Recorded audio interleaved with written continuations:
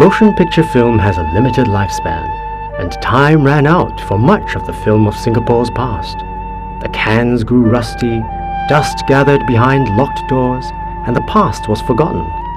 Rolls of film succumbed to humidity and fused themselves into solid, fragile lumps of celluloid. Lost images.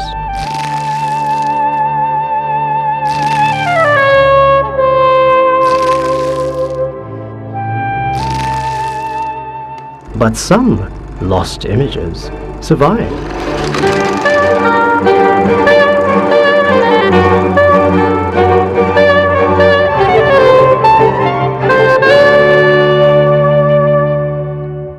Carefully stacked, stored, logged and labelled, in a suburban home in Bukit Timah, dozens of cans of 16mm colour film contain treasures of the past, unique and rare film footage of a Singapore that once was. Life in the jungle, life on the farm, life in a kitchen, life on the streets, life in the water and life on the water. A time capsule of people, places and activities that lingers on the borderline of living memories. This is the Ivan Polunin collection. And Singapore is about to turn back the clock to rediscover magic moments of half a century ago.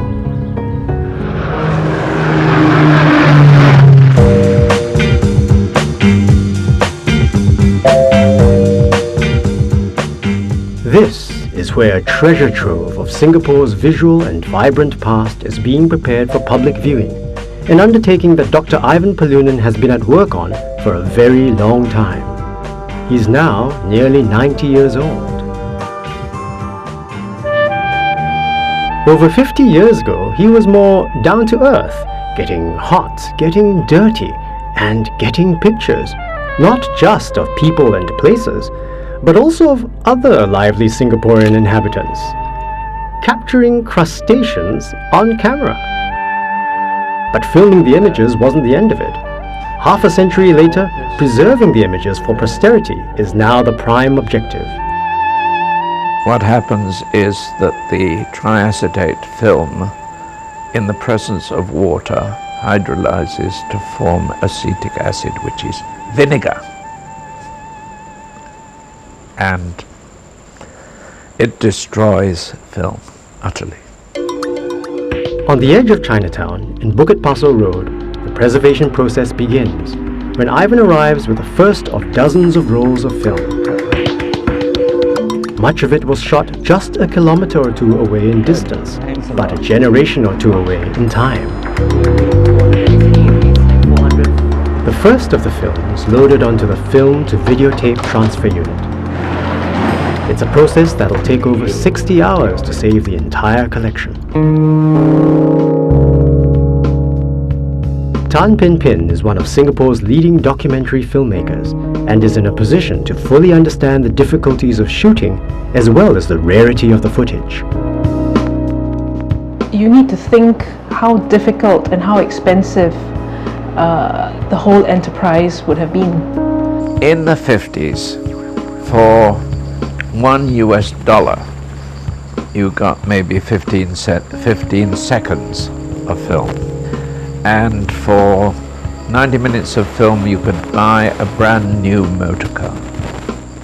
And the other thing as well is he had to shoot without the usual autofocus or auto light meter functions that we also summarily take for granted these days. It was hellish. I mean, the amount of work you had to do. When I see the footage that he shot, it is a Singapore through his eyes. He was a good visual storyteller in terms of the nuts and bolts of the event.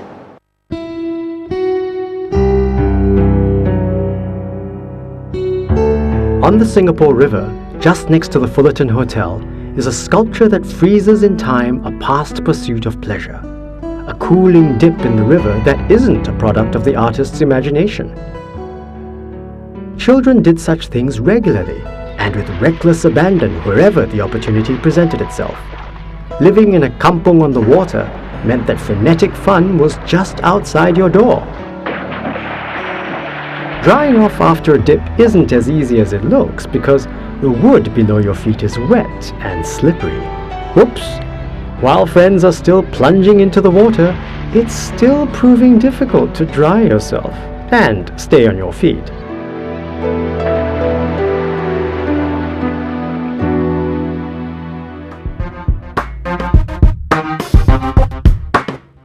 New construction on today's Singapore harbour, and a city skyline that's constantly changing and climbing skywards. Note three familiar buildings in particular. What was once known as the Asia Insurance Building, what was once known as the General Post Office, and what is still known as Clifford Pier. Everything towers high above them now, and they're the only familiar landmarks you'll find when annual yacht races took place here half a century ago. The New Year Sea Sports. The competing boats are loosely tethered to a rope across the start line. The crews are ready to cast off once they hear the starter's gun. And this is only one race of many in the day's events. The boats are off, but it's crowded and chaotic as they jockey for position and try to catch the wind. It's a sunny day with blue skies, blue waters and a brisk breeze. Ideal racing conditions, but there's always unexpected drama. Note the misfortune of one boat already in trouble, slowly toppling. The crews know where to go, but spectator boats are everywhere. The race course is also an obstacle course. The events followed a long route around what was called the Inner Roads. Remember, this was well before land reclamation of Singapore Harbour, so the competitors have plenty of room in which to move, and the spectators had plenty to see. I would be about 7 or 8 years old. I was brought there by my auntie, because my grandfather worked at the Harbour Master's office. He was a lighthouse keeper. He looked after the Raffles Lighthouse. So we all go to Clifford Pier, right? And then we get special place to stand. No seats, just standing room, and I watch the race.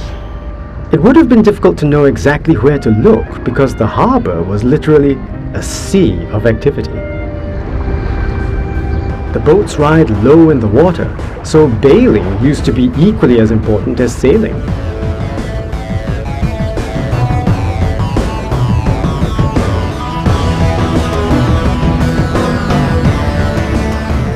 The long, narrow boats were known in Malay as koleks and were unique to the southern Malay peninsula.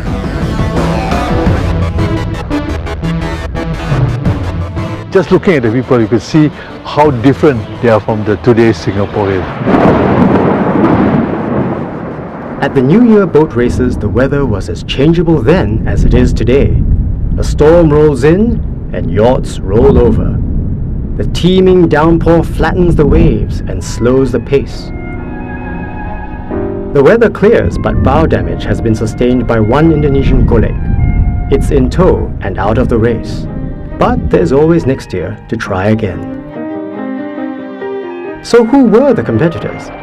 Keep in mind that this was pure sport and no one was being paid. There would be the group from Terengganu, the group from Johor, the group from the Rio Islands, the group from the Southern Islands, and they challenge each other. It's one sea village against another.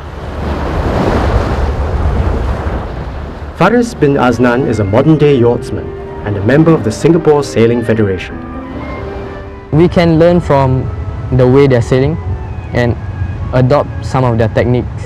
Like from the footage I saw, trapezing, we are still adopting that to use your body weight as leverage to keep the boat flat. During strong wind, keeping the boat flat will make the boat go faster. What struck me about these races is that the same basic sailing principles of moving from this side of the boat to the other side, of catching the wind, etc., are precisely the same in the America's Cup. Compare with before and now, before they were much more physical. They didn't have much help from technology back then. Two men on a steering paddle, vigorously sculling it forwards to get up speed. They were using an oar rudder instead of the different kind of rudder system we are using right now. Instead of using for paddling, they use it to steer. And it was a day where everybody was united. That's why this is one of the elements that united us during the British time. The harbour boat races began in the 19th century against a skyline that's unrecognizable today. They were popular events and never failed to draw crowds of spectators. Boat racing has always been a popular pastime along the coast and actually still is today amongst yachting club fraternities.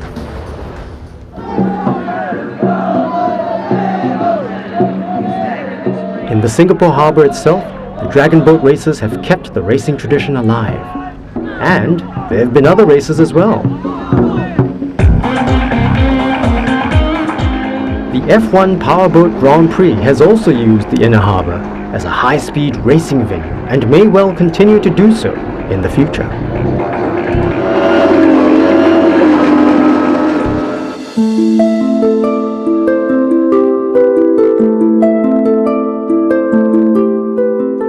Harbour boat races were an annual event, but small races were all year-round events, along the East Coast in particular.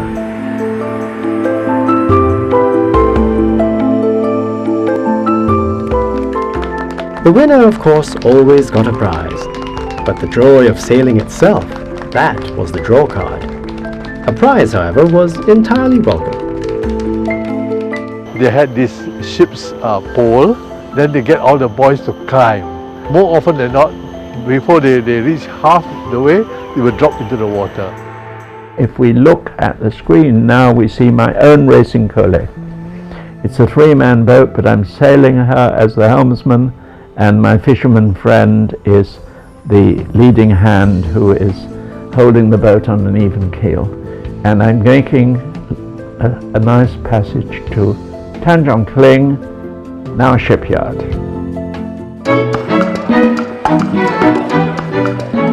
At Kampong Amber, Kolek racing was a huge social event. This was once where Malay Singaporeans celebrated the sea and, well, just generally celebrated life. Delicious satay was enjoyed by all, and of course, you put on your best dress whether you liked boats or not. It didn't really matter because you simply went to socialize and just have fun. Of course, serious yachtsmen drew ballots for positions and did what they love to do the best, competing on the waters of the East Coast. The British Union Jack flag flies above the celebrations, but it's already looking a little limp and despondent, isn't it? The Malay community, however, were not despondent at all. Before, almost every family had a boat, as they need a boat to go out fishing to survive back then. Now, instead of buying a boat, people would rather buy a car. Manipulating miniature models requires a steady hand, instant reflexes, and often today, a deep pocket. Magic movement can be personally achieved with a deft and experienced touch on a remote control unit. But 50 years ago, models were at the mercy of the wind. You were closer to the experience of your parents when they were young. There wasn't much difference. You still played with tops, you still flew kites, you still raced your jongs. I think you would have a jong race anywhere you have a Malay village. And you have to remember that in those days, villagers quite often built their own boats. Jongs, skipping across the water at high speed, poetry in motion, and deftly caught by their owners at the end of the race. But some jongs just couldn't be stopped. Not just children's toys, jong racing was a big event.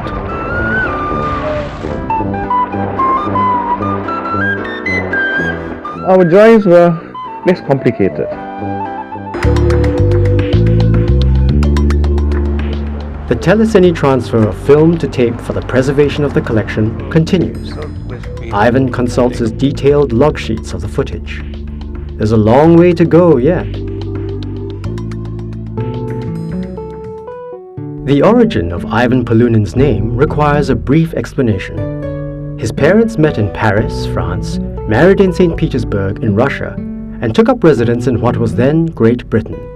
An English mother and a Russian father.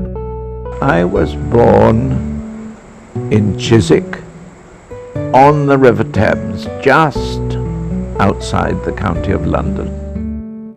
He eventually became a young medical student who, when graduating, had the choice of national service in the British Armed Forces or putting his knowledge to work in Malaya.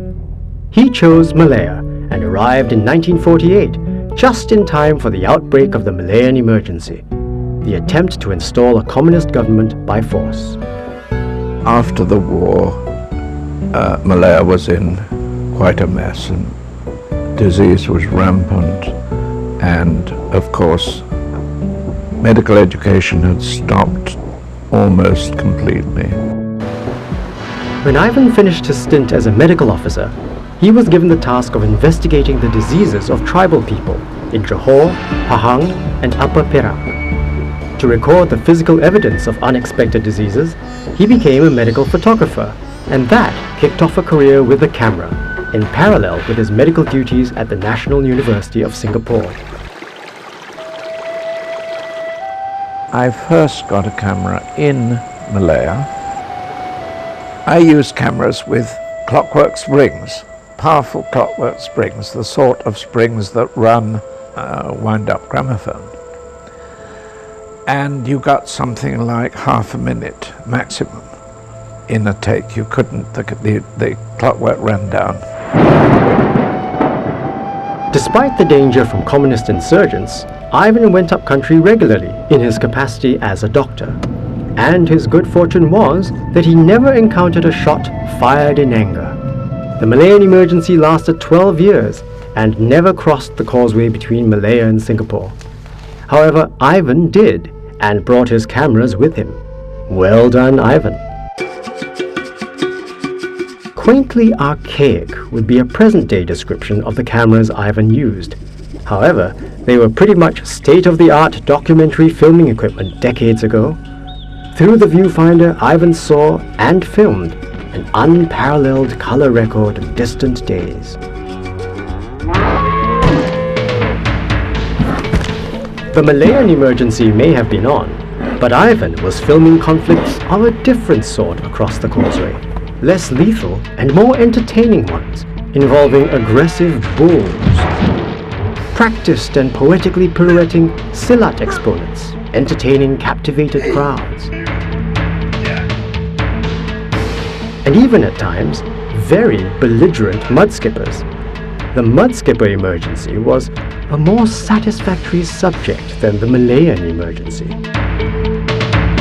There was nevertheless still time for recreation, both indoors and outdoors.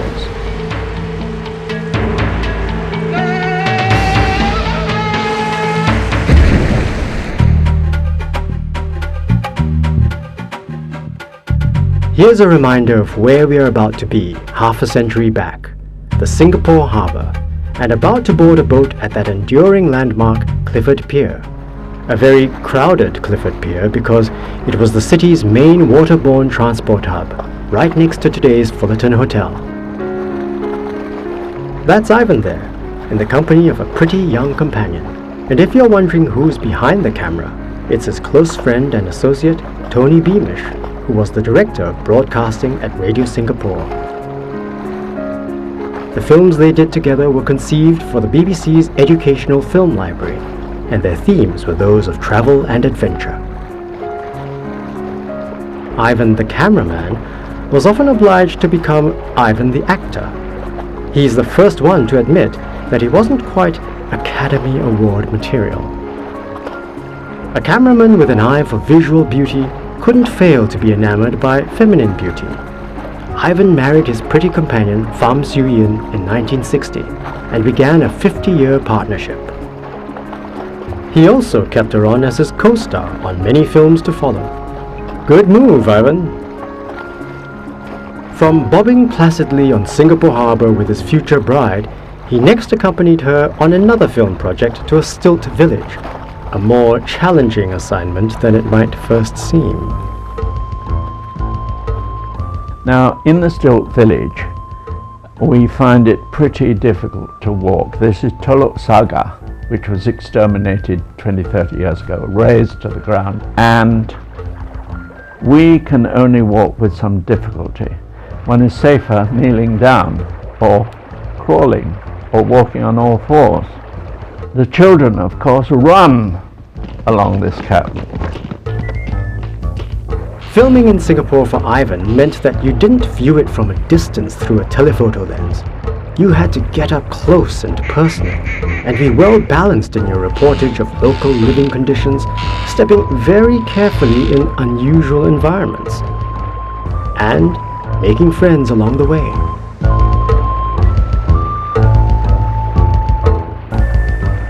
Although Ivan's back on familiar ground in a boat, he's still a bit unsteady from negotiating 50 meters of shaky, narrow planks. He's grateful to be off elsewhere. Along the edge of the coastal mangroves, fishermen employed huge nets to reap the bounty of the sea. Nimble fellows atop wooden tripods, dropping and raising their nets at appropriate times. Patience and hard work had its rewards. They brought up tasty mullet, had government patrol boats passing by to protect them, and often had the visual spectacle of schools of leaping fish. But there was a dirty downside to the location. Mangroves, man, and mud. Being a cameraman recording Singapore's past was no bed of roses back then, and certainly no stroll in the park. A stroll in something entirely less pleasant. The nearest MRT was 5 kilometers and 50 years away. Never think that transport wasn't available. Of course it was, but it was smaller, slower, and certainly not air-conditioned. Nevertheless, it often yielded some very interesting views along the way. A beckoning fiddler crab catches the attention of a busy bird. Is there something down there to eat? Probably not. And grooming is far more important than communing with irritating fiddler crabs. All of the Ivan Polunin collection can now be contained within a laptop. And at the National University of Singapore, a trio of history students gets their first glimpse of part of it. A sequence showing the Orang Selita or Orang Laut River tribe. Activities of a trans-Johor Straits people filmed in the late 1950s. It's Ivan's belief that showing his footage to people it's relevant to and recording their reactions is the best way to present his work. So that's exactly what we did. Right. As a Chinese, I hear all the stories about urban Chinese, and I hear a lot about kampung life inland, but you don't hear much about people who actually live on boats along the coast, at least not in Singapore today. Every mother's nightmare today was every child's pleasure back then, and wrestling in the mud wasn't something that parents were too concerned about. And of course, the children always took a dip in the river before they returned to their floating homes. Orang Selita parents were very easygoing and tolerant. They loved their children, and they also loved their dogs, because they put food in the cooking pot.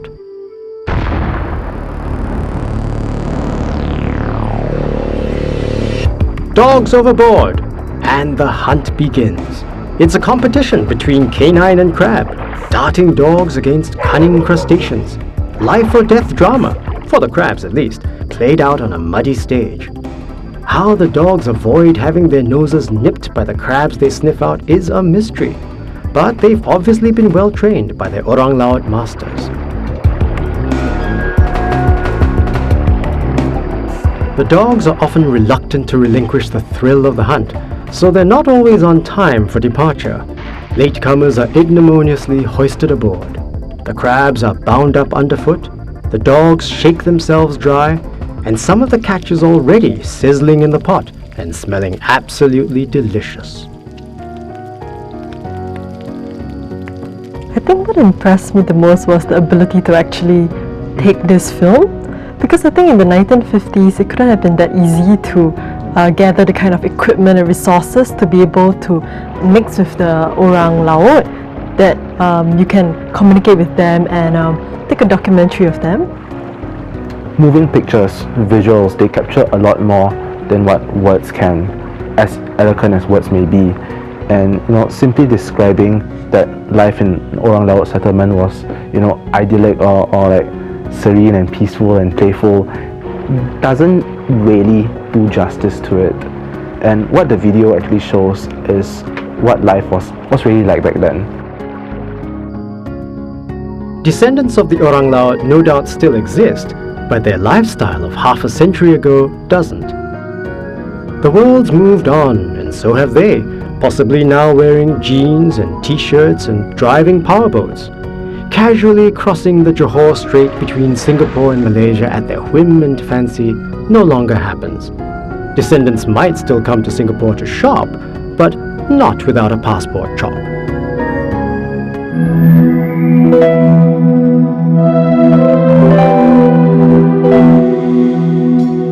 At the same time the orang laut used to visit Singapore, the causeway to Johor was a popular fishing spot. And as might be expected, Ivan was there with his camera. Shopping for fresh fish is one way to put a meal on the table. But why not bypass the middleman and go direct to the source? To take the line and bait out further, a dried leaf is used as a kite in the brisk wind. A clever idea that rarely fails to prove successful.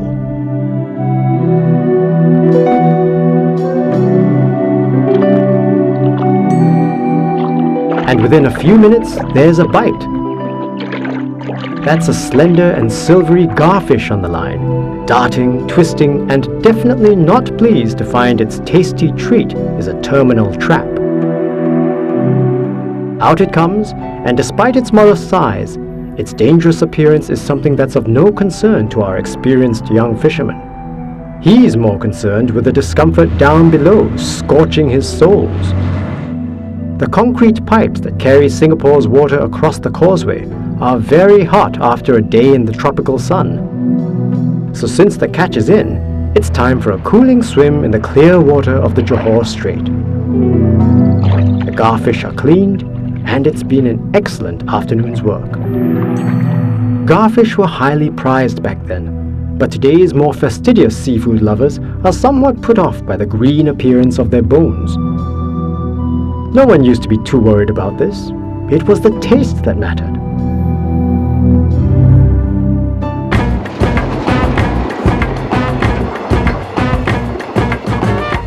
Trains not too different to this one still traverse the causeway, because not everyone wants to fly high and fast.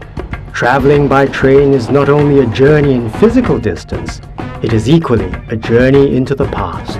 And Tanjung Pagar Station is a world apart from Changi Airport.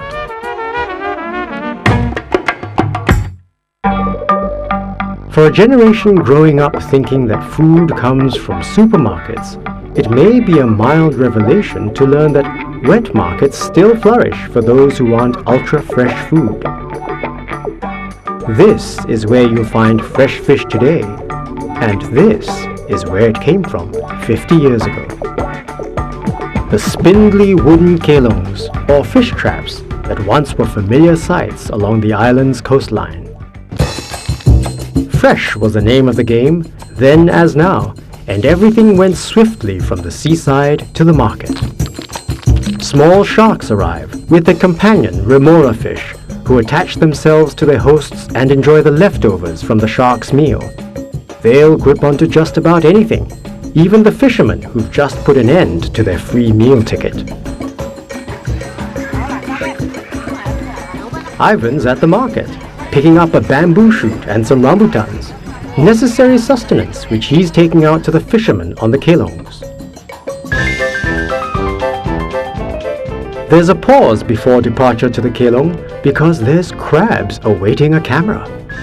They're approaching in well-disciplined formation because these are army crabs. It's an army that's difficult to take seriously though. Each one is only about a centimeter in size. Is this a military advance or an after-dinner dance? Ivan's managed to go AWOL from the army crabs and along the journey encounters a kelong under construction. Something worthy of a closer look, so he climbs on board. A barge laden with palm tree trunks draws alongside. Their ends are sharpened to be driven into the seabed. Constructing a kelong doesn't involve the horsepower of engines, but the manpower of muscles. It looks easy at first glance because the first few feet of the seabed are soft. However, to survive upright in stormy seas, they must be driven down far deeper. This is clearly a weighty task, and the more weight, the better. So, figuring that Ivan might be the equal of two of them, the workers ask him to lend a hand. It's a sterling example of England helping Singapore build a nation on a firm foundation.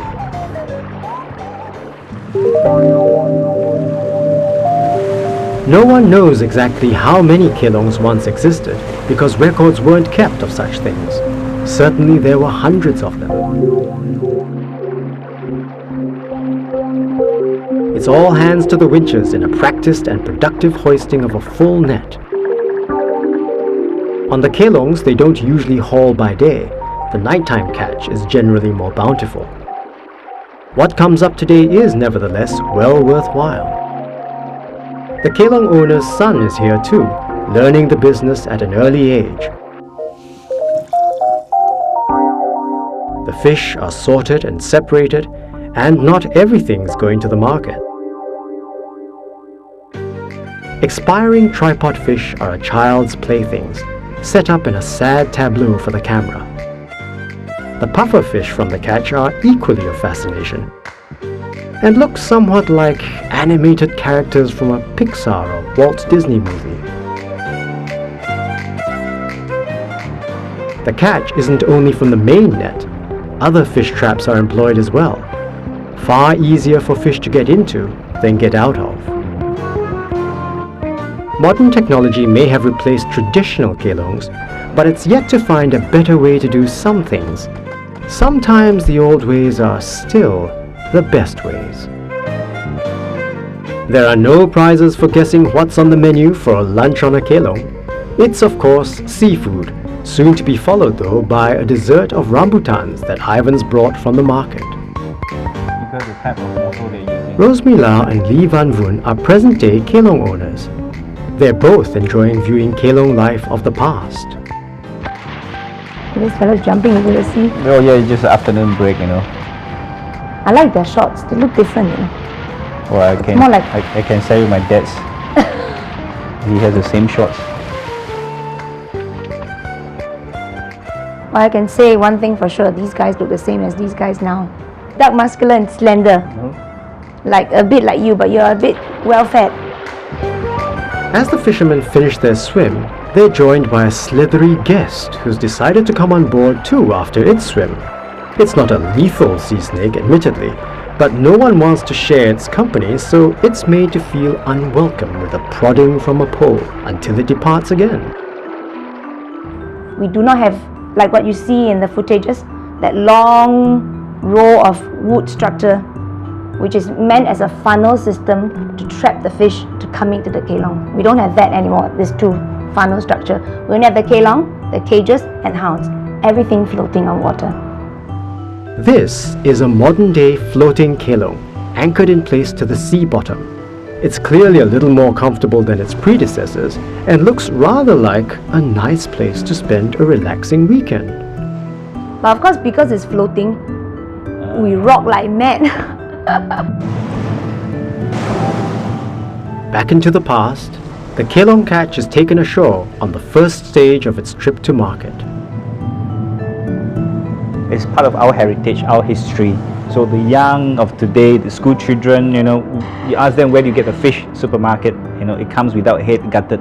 But at least this part gives us an idea of what our pioneers, if you like to call that, you know, how they get the fish out to feed Singapore. So that's our history, our heritage.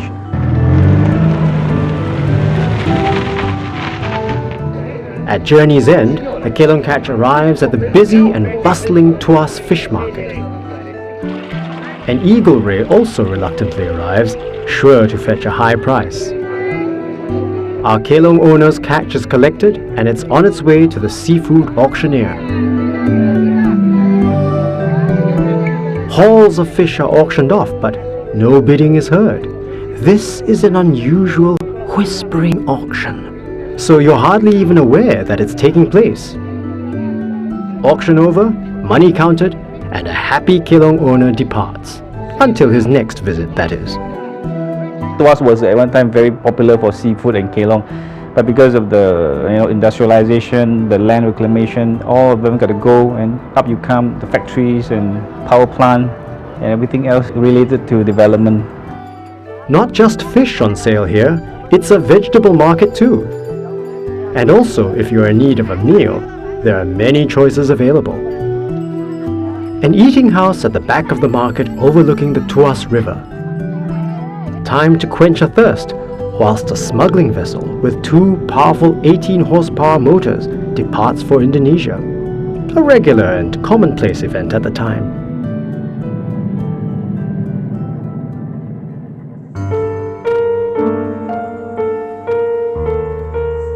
The venerable Sir Stamford Raffles, standing beside the Singapore River and still watching over the Singapore he brought into being in 1819. It's considerably changed, no longer a British colony, but he's pleased at the way things have turned out. His Singapore could only be visually recorded in 19th century etchings, idealistically rendered and presenting a pretty picture of the new British colony. Sir Stamford departed and photography arrived, now depicting a more realistic view of Singapore as it grew and flourished. These images began to move at the end of the 20th century, and that's when things started to become really interesting. Singapore in movement was far better than Singapore in repose. Dr. Ivan Polunin quite agreed, and made the Singapore River one of his many film subjects, a little over half a century after the first moving images of the river were shot. Time moved more slowly back then, so much of what he filmed was still redolent of river life going back over previous decades. Although his images may have been poetic, they didn't deny that river life was a hard life, poling barges along the muddy waters from dawn till dusk. Ponderous oxen used to plod the riverside, lending muscle that motors now provide, and their contribution hasn't been forgotten. Their likeness still stands beside the Singapore River, along with the gentlemen who loaded their carts and kept them moving.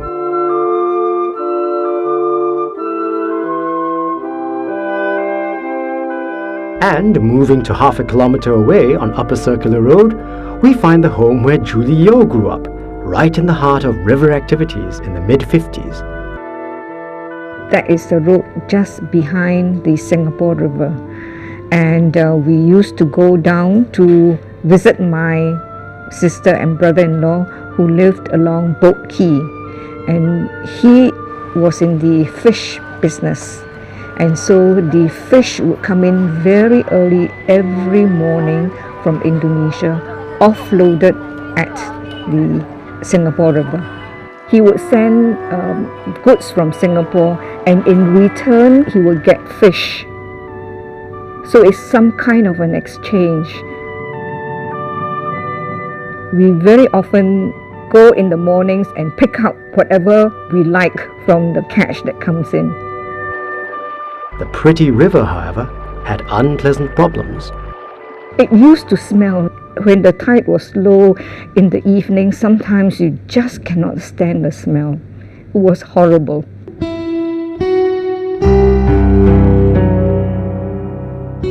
Yes, you had to clean the thing up because you couldn't fish. The kids never jumped in anymore.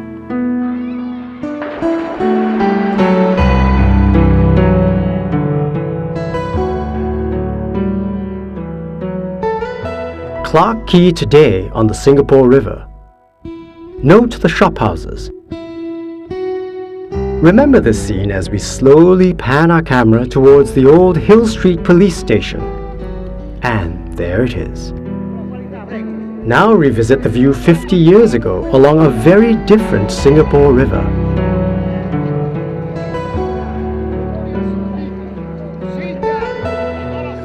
And there's the Hill Street police station once again in the distance. It's now the Mika building and houses the Ministry of Information, Communication and the Arts.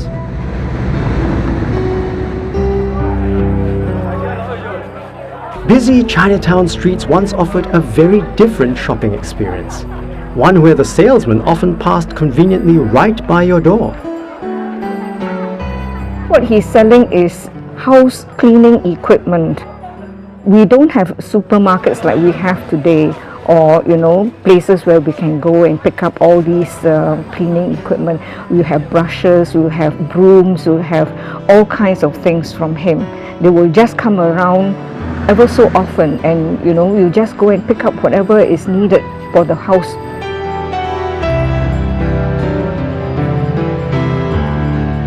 The people were relatively conservative. You had a lot of stalls, there was a lot of street life, a great deal of street life, a lot of bicycles. And in some ways, the main factor is the proportion of adults to children. This is before the stop at 2. So you had a lot of children.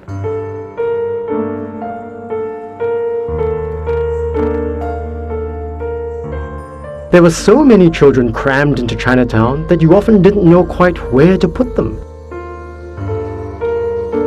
Fortunately, husbands were helpful around the home back then.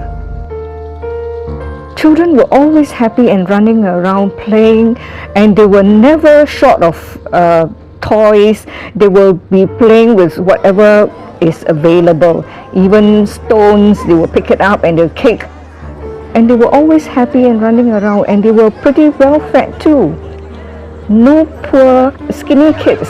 They were all very happy and very well fed little monsters, I would say. Women in black, crowned with red, have vanished from Chinatown. The legendary Samsui women. They have disappeared, unfortunately. We don't see them at all today. They used to be around a great deal in the old days, and they were the mainstay of, I would say, the construction trade. And these women were with great loads walking up the stairs with building materials, cement, bricks, 2 baskets at the end of a pole, and they were just climbing up the stairs to unload the goods for the construction people. They have just disappeared, and they were an amazing group of women. Real woman power. From women power to noodle power.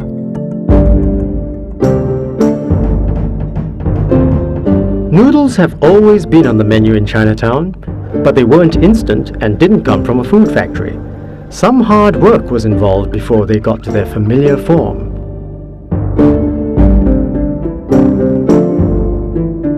Having a queue didn't necessarily mean waiting in a long line in distant days and different times. Chinatown still exists today, but the lifestyle doesn't. I miss the Singapore of the 50s, really. Like Chinatown and the Singapore River, the Kallang Basin is a different place today.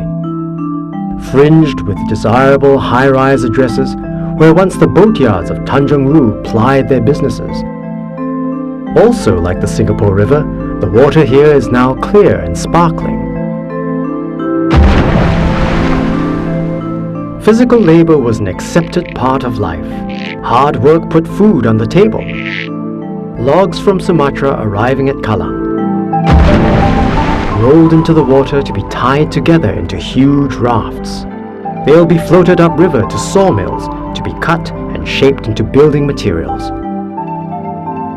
There were a lot of sawmills in the area, and the name Kallang is possibly a corruption of the Malay word Kelang, meaning a mill or factory. This is all happening just a couple of 100 meters away from the end of Beach Road in 1955 in the Kallang Basin. This was where shipwrights built and maintained their boats. The plans were in their heads, you know. And there's one scene here where they were replacing a rudder, and you could see the rudder. Not a solid piece, but they cut holes and so on, so easy to turn. Clever ideas carried out by clever craftsmen who drew upon Asian shipbuilding experience and techniques going back over centuries. These are no longer lost images, but images of lost trades.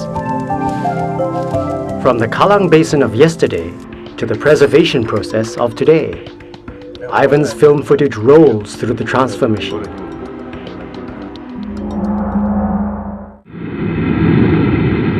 Changi Airport today, where nearly 40 million passengers pass through every year from all around the world. Visitors from the United Kingdom now drop in on jumbo jets and no longer drop in by less conventional methods. They weren't just trying to avoid airport tax and didn't always arrive where they intended. They were at the time, nevertheless, welcome. I think the Brits were very decent about this in this part of the world. And the Brits state really was to help us establish our sovereignty. And this is something that I have to remind my Malaysian friends about. They stayed here to make sure you had a country. They made sure you had your sultans and so on, your traditional society. Heavy cargo pallets are dropped, but occasionally there's an oversight in supplying the British Army in the field with vital supplies. After an exchange of urgent communications, a second drop takes place. This time, it arrives with what's really needed. The other thing that we really needed, though, was, of course, a Singapore Air Force. We have that today, and it's undeniably a rather excellent one.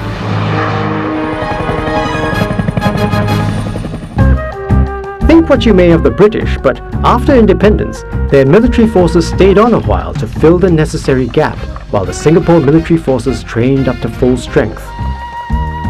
The Ivan Polunin collection covers some of their activities and shows bold Brits doing their business in an air-sea rescue exercise. Present members of the Singapore Air Force should try not to chuckle, because 40 years ago, this was state-of-the-art military muscle. As things happily turned out, Singapore never needed a rescue mission. But ever undeterred, the Royal Air Force diligently practiced rescuing themselves. It kept everybody busy and on their toes, just in case.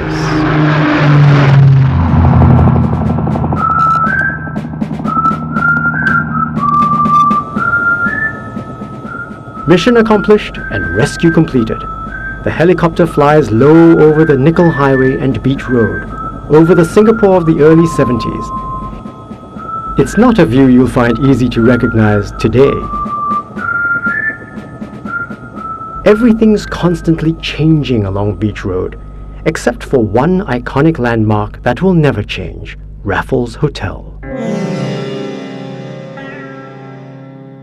Little India has changed, but not a lot. An entire area that deserves heritage status thanks to its resistance to significant cultural reinvention. And to talk about Chinatown, and to talk about Serangoon Road. Not Little India. Little India was a phrase that came later as part of a tourist move, a kind of tourism neatness, a catchphrase. Ivan took his camera there and elsewhere, wherever the Indian community gathered for religious celebrations. The annual Thaipusam festival drew big crowds, as it still does today. Everyone's fascinated by the Hindu devotees and their heavy loads. This is the kavadi, a typical kavadi where the devotee will pierce the spikes into his body, and the kavadi could weigh, say, about 20 kilograms. Some of them are even heavier. They're performing a ceremony, a ritual they normally conduct before they start the procession of carrying the kavadi or the milk pot. It's a task where the devotee undergoes a certain number of days where he fasts, sleeping on the floor possibly, abstaining from meat, alcohol and other such possible vices. The kavadi is something carried by both male and female devotees. However, the structure of the kavadi might differ. They have different names for it. They don't really permit the kavadis with the piercings for women and children in Singapore. So much so for, I'm thinking, safety purposes. Another festival that we very commonly see in Singapore that's very popular and recognized as a Hindu festival is the fire walking ceremony, known in Tamil as Thimidi. It's a festival that goes on for about 2 to 3 weeks. They reenact episodes from the Mahabharata, which is something that we all understand to be the Bible or the Quran of Hinduism.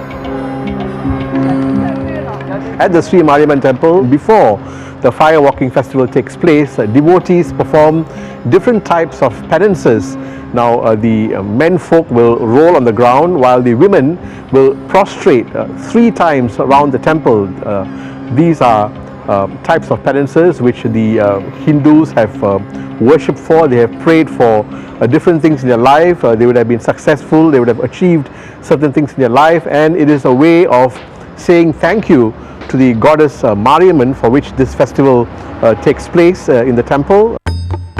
They eventually dig out and create a pit for the wood and everything to be put in, which eventually becomes the fire pit. And devotees and people from the committee who think it's another act of devotion take part in putting the blocks of wood into the fire, all of which they think is sort of a charity, a service to the temple and a service to God, something that fills their hearts with this sense of content. In the past, they used to be whipped before they were allowed to walk on the fire pit, an act of endurance, I'm thinking. And the fact that these men took it upon themselves and hardly responded with pain or anguish, it just shows their devotion, something that we see even today in the fire walking ceremony. The fire walking ceremony starts with the Pandaram, the chief priest for the temple, who he carries a karagam on his head and he walks down the fire pit with the rest of the devotees following after. Hindus walk on fire to show their resilience and to show their strength in being able to withstand the heat. Why we celebrate Thimidi and why we celebrate Thaipusam. They teach you ethics, normal human ethics, and how we should possibly be living our lives. A lot of Hindus taking part in the fire walking festival and in the Thaipusam festival these days are very much from the younger generation. It's this kind of footage that would definitely give them a better understanding of how the festival was, many years ago.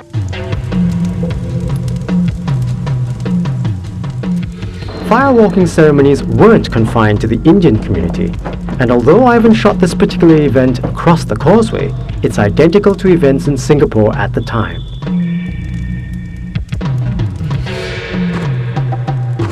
The Taoist Chinese festival of the 9 emperor gods is still celebrated in Singapore today. But unlike before the 1970s, it's no longer accompanied by dramatic fire walking ceremonies. The origins of fire walking are uncertain. One explanation is that shamans in Manchuria used their ability to tread on hot coals as proof that they had total control over the spirits. Legend has it that the 9 emperor gods descend to earth during the festival and possess spirit mediums. They go into trances and execute feats of endurance, sometimes piercing their tongues with skewers. Others, in a frenzied state, cut themselves with swords. Some of them chastise their bodies with axes or with whips. Some dance wildly, striking themselves with spike balls, showing no sign of pain or fatigue. Then the spirit mediums and lay devotees cross the fire to demonstrate they're protected from the heat. Onlookers collect the ashes after the fire walking ceremony, believing they've been blessed by the ritual and are therefore lucky. What fire walking ceremonies themselves aren't protected from, though, is the occasional and unexpected tropical downpour. This can dampen the spirits. Another painful ceremony that's rarely carried out in Singapore today. A certain number of senior monks are required to preside over the event. And this not always being possible here, the monks and nuns often travel outside of Singapore to undergo this initiation ceremony. Reenacting the story of the Buddha who cut off his hair to symbolize rejection of the material world are novice nuns. Senior monks recite prayers as the nuns prepare to receive burning incense on their shaven scalps. They chant Buddhist teachings as the incense is lit.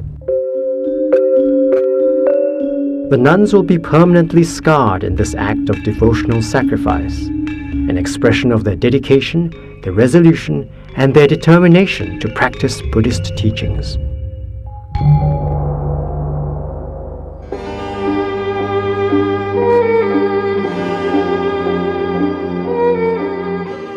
A long ago Western commentator once sagely remarked that two things are certain in life: death and taxes. A whimsical observation with an undeniable element of truth, because immortality is certainly a long way down the pipeline of progress. The taxation issue? Well, that's probably even harder to solve. Celebration of a life well lived is probably the best way of handling the inevitable.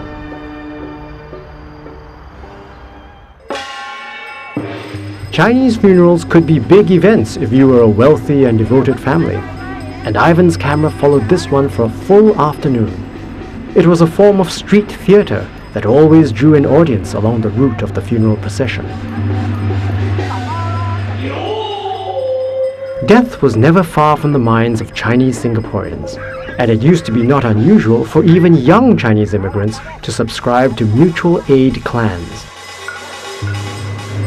This was a way to ensure a proper burial and a decent turnout at your eventual funeral. These clan associations were at their peak in the 1950s and the 60s, providing members with support and security, which extended well into the afterlife. It was the job of mutual aid clans to provide music at funerals, generally loud and discordant. As the funeral cortege proceeded towards the cemetery, the music was meant to drive away evil and malignant spirits that might have been lurking around the funeral site. Behind the musicians, people carried banners inscribed with the names of individuals and associations who contributed towards the funeral. Colorful banners were to open up a path for the deceased spirit to follow, guiding him to his final resting place. Family members aren't at the forefront of the procession. They can't be perceived as literally leading their ancestor to his grave. Finally, the mourners ascend the hill to the burial site. Most Chinese cemeteries are usually located on hills because of good feng shui. The higher the grave, the more desired its position, and such prime sites were the subject of intense bidding amongst the living.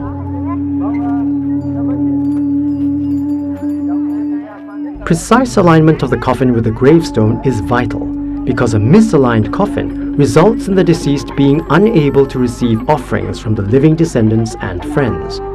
Sometimes siblings squabble over this serious issue at the burial site itself, but not this time.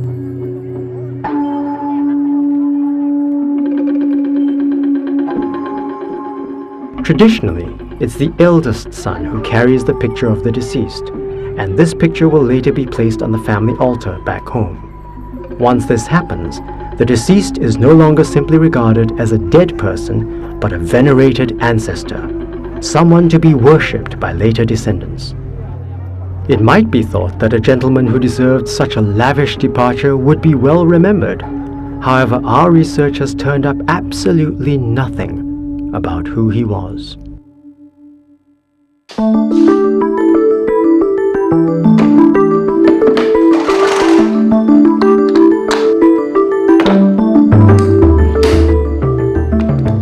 Anthropologist, author and historian Dr. Julian Davison isn't a stranger to Ivan Polunin's collection. He was privileged to preview teasing segments over the years as the footage was painstakingly prepared for public viewing and for eventual preservation. Having spent his childhood in Singapore, it was a pleasurable and nostalgic trip down memory lane.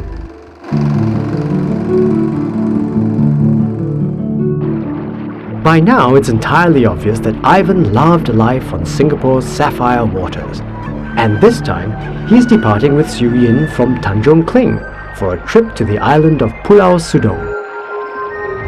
But the wind takes an unexpected turn. A drama at sea on the journey to Pulau Sudong. But one suspects from the presence of complete camera coverage that it might not have been entirely accidental. The water's warm, so getting wet couldn't have been too unpleasant for our hero and heroine.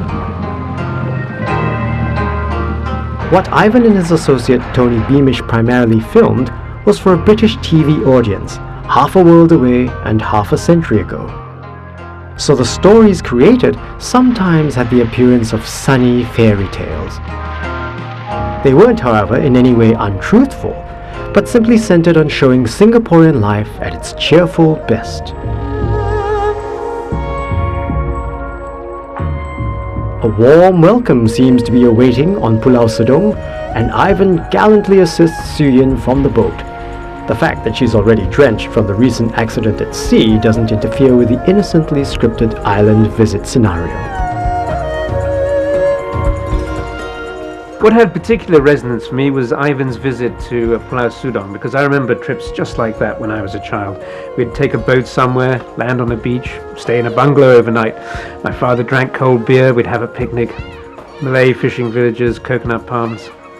Nice memories.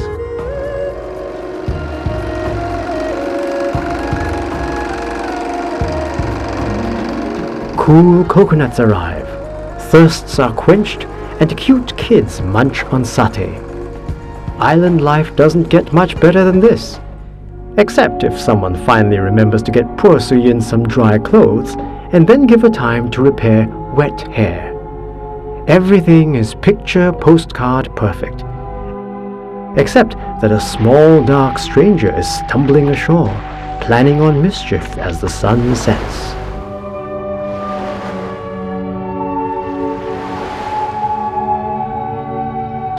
It's the chickens who are up first next morning, and Ivan slumbers on, unaware of a sun bear in his bedroom.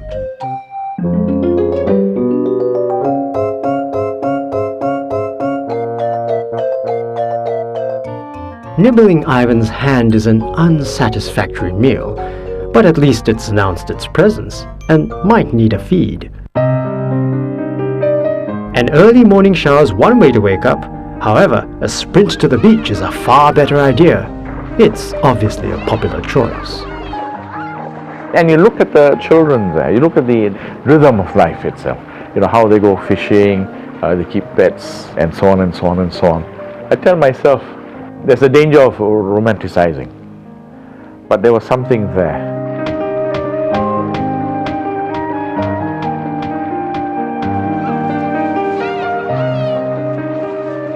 The children carry out fruit, but not for an island feast.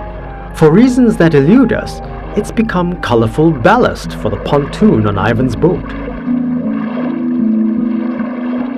Like the waterborne fruit, the 40-year-old film scenario is sugary and sweet, and wouldn't be complete without the obligatory and endearing island baby.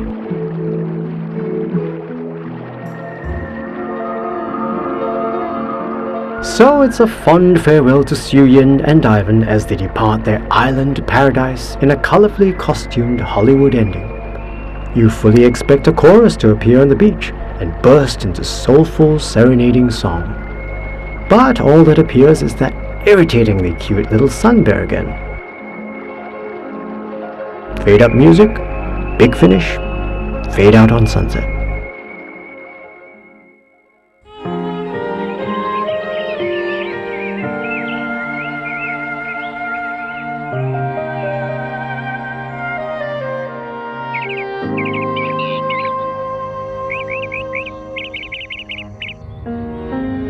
Yes, tranquil, misty mornings do still exist on the outskirts of Singapore, and hopefully will continue to be part of the present and the future.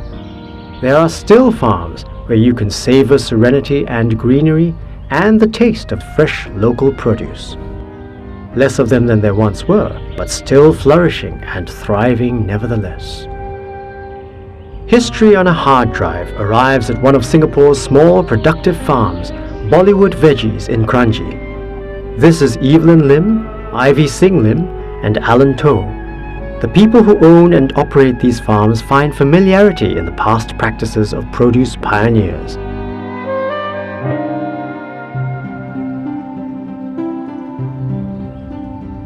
Although farmland area was relatively small, Singapore once had one of the highest yielding agricultural outputs per acre in the world, perhaps 8 crops per year. The ground was fertile and the weather ideal for farming, so the output from tiny farms was astonishingly prodigious.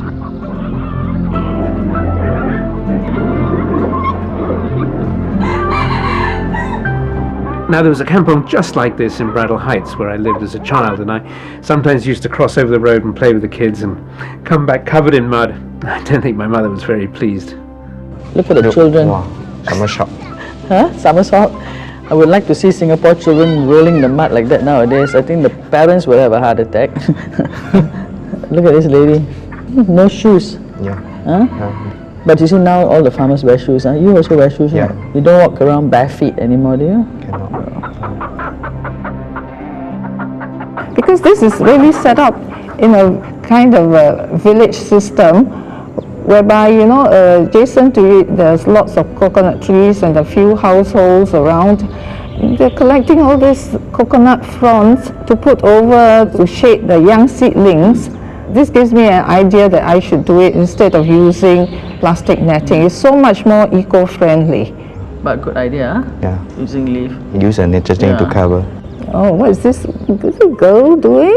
She's climbing up, looking for what? Pigeon's eggs? Again, you know, it's so wonderful to have all these other living creatures here. When you first started, did you have pigeons on your farm? No, don't have.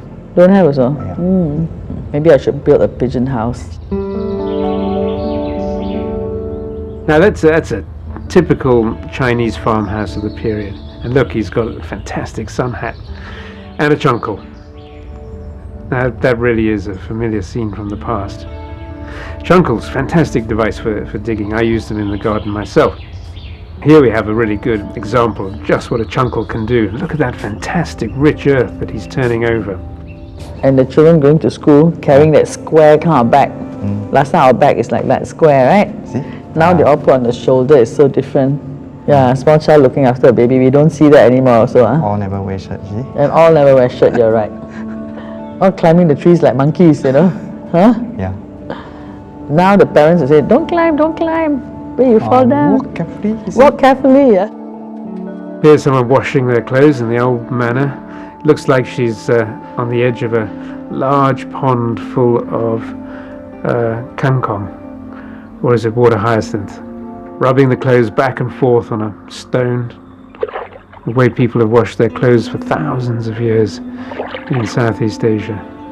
The washing on bamboo poles, well, we still see that today. We've taken that from kampong to HDB with us. One thing that hasn't changed over all the years.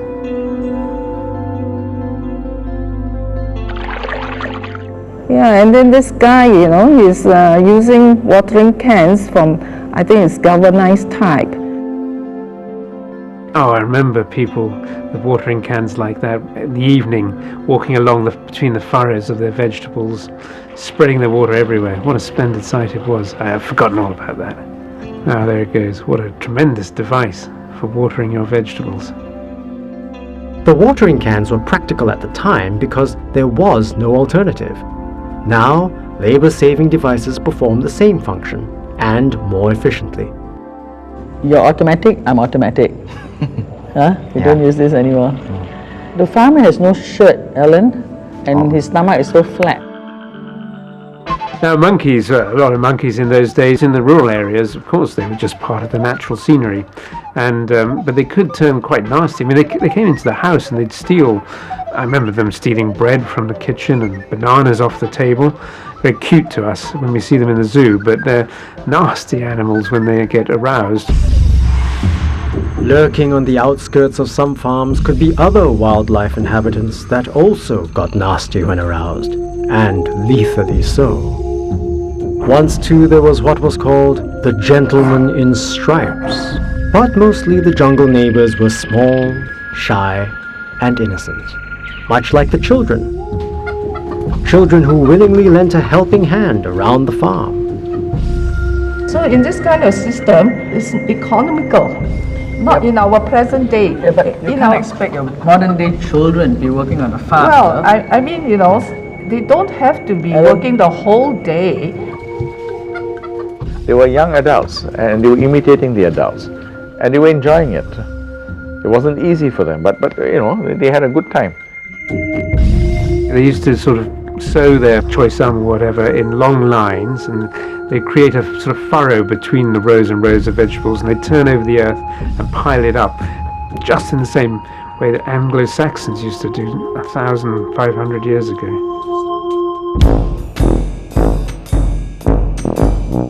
There used to be lots of pigs in the kampong opposite where I lived, and huge great things, sows with lots of little piglets at their teats. And then once a month a lorry would come from town and they'd all be rounded up and taken squealing off to market in those wicker baskets, and I used to feel very sorry for them. I would love to have pigs in my farm because it's part of the farm ecosystem. The farm ecosystem was a perfect example of Singaporeans wasting nothing and recycling everything. Vegetation unpalatable for humans was made into feed for pigs, and then the pigs provided manure for the fields. The rich mud from the bottom of the ponds was dredged up to fertilize the fields as well, all contributing to crop yields that were large, were regular, and were completely unreliant upon chemical fertilizers. They were always so well organized, these vegetable farms, everything laid out in lovely straight lines. It was like a sort of some kind of board game. 15 years ago, they were still there. Exactly like that. And the people were friendly. There is this spirit of community. The kampong people call it the gotong royong spirit of neighborliness, and how everyone is happy-go-lucky, everyone wants to help each other out. The people will call you in and will give you coffee, and always black coffee, and very good coffee. This bucolic farm was on the road out to Old Paya Lebar Airport, now a Singapore Air Force base. Its precise location, however, has been lost in time.